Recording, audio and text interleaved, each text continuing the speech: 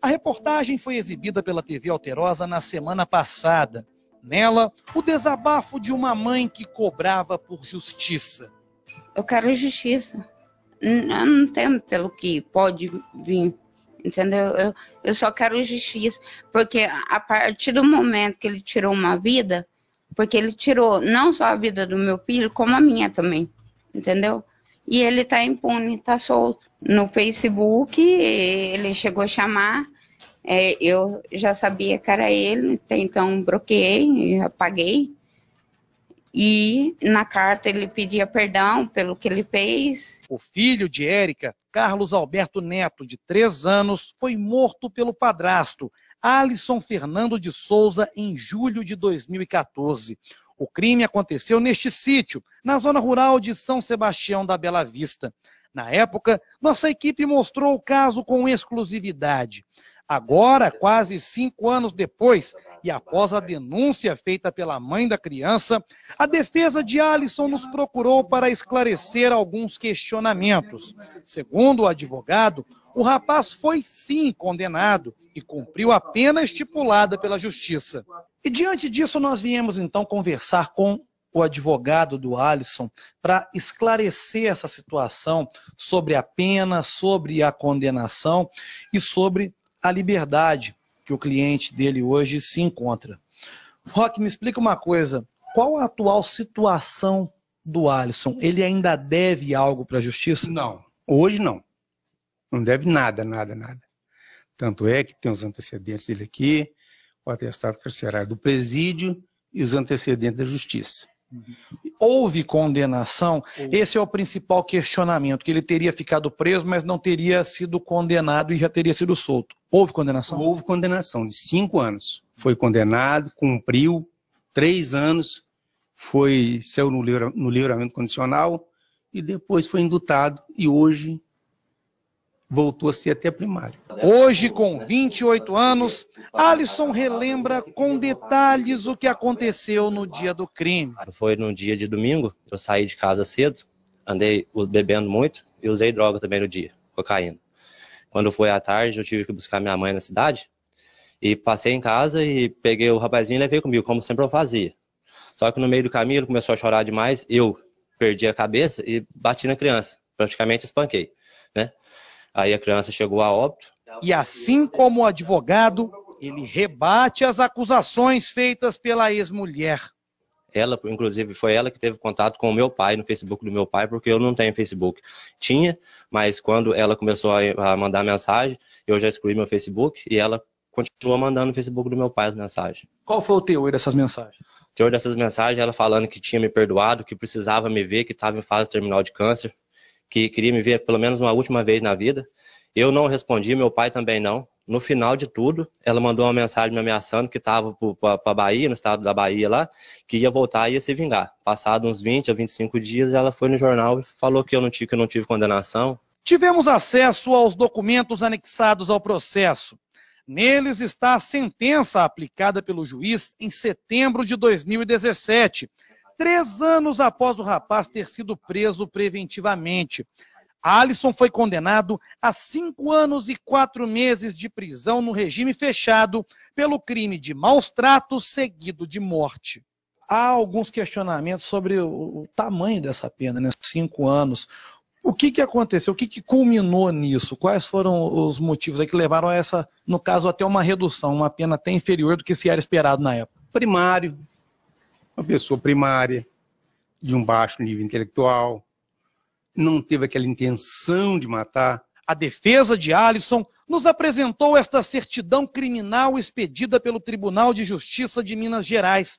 No documento não consta nenhum processo ou pena existente no momento contra Alisson. O que eu quero no momento é provar que eu fui condenado, entendeu? Que eu paguei pela justiça, que eu saí porque o juiz me soltou, que eu não estou devendo mais nada e continuar trabalhando sem que o povo fique me olhando com os olhos de maldade, porque às vezes isso se torna ódio nas pessoas de novo, eles podem querer fazer alguma coisa para mim, entendeu? Eu quero poder só viver em paz, de cabeça erguida, só isso. Olha a situação aqui do apresentador num caso desse. Não é todo mundo sabe a forma que eu penso. Vamos lá. Doutor Wellington, Prazer estar recebendo o senhor aqui. Tudo bem, né? Ademir, tudo jóia, tudo bom. Daí o doutor Wellington, delegado nosso regional, né, Varginha, para a região toda. Ele é especialista em direito penal, né, dá aula nas faculdades aqui da nossa região.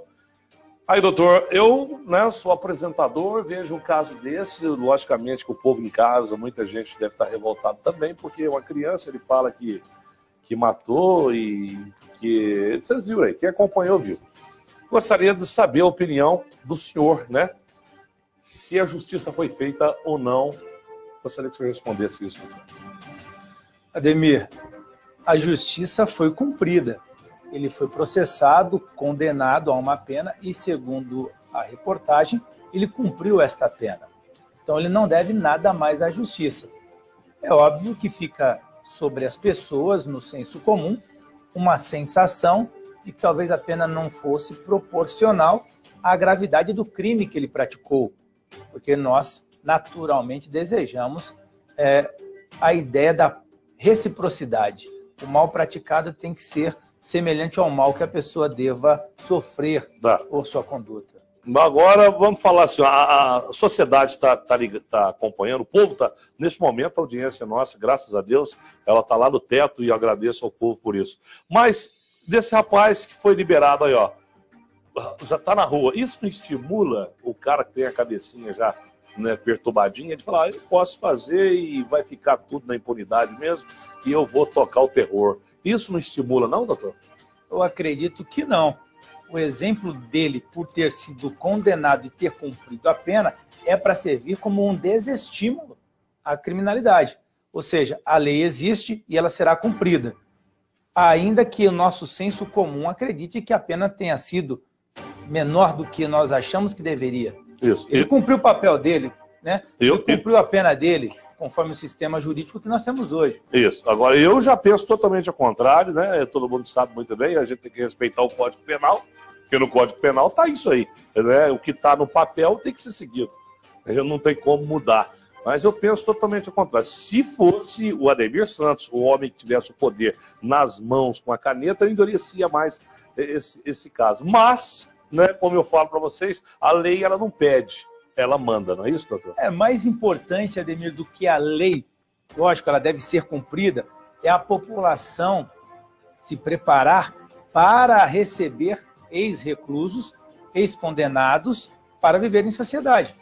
Este homem, por exemplo, depois de cumprida a pena dele, ele deve ser reintegrado à sociedade e viver naturalmente. E nós precisamos mudar o nosso senso para entender que isto é o que determina a lei. Isso. Não dá para excluí-lo ou qualquer outro ex-condenado do convívio social depois de ter cumprido a sua pena. Agora é difícil chegar para a mãe desse menino, para a família desse menino e falar isso. Ó, a senhora agora fica tranquila aí, porque ele já cumpriu, o filho da senhora matou e vai ficar por isso mesmo e tchau, obrigado. Mas, as leis aqui na terra dos homens, eu tenho que respeitar e agora ele está livre para que ele possa fazer o que ele bem quiser. Não é isso, doutor? Sim, Ademir.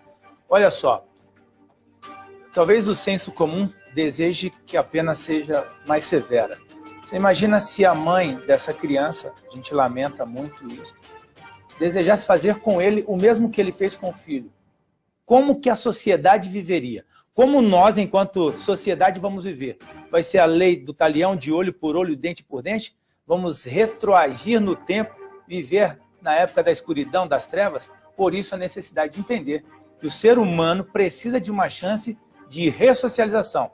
A sociedade precisa se preparar para recebê-lo. Nós não temos no Brasil, a Constituição proíbe as penas de mortes, penas de caráter perpétuo.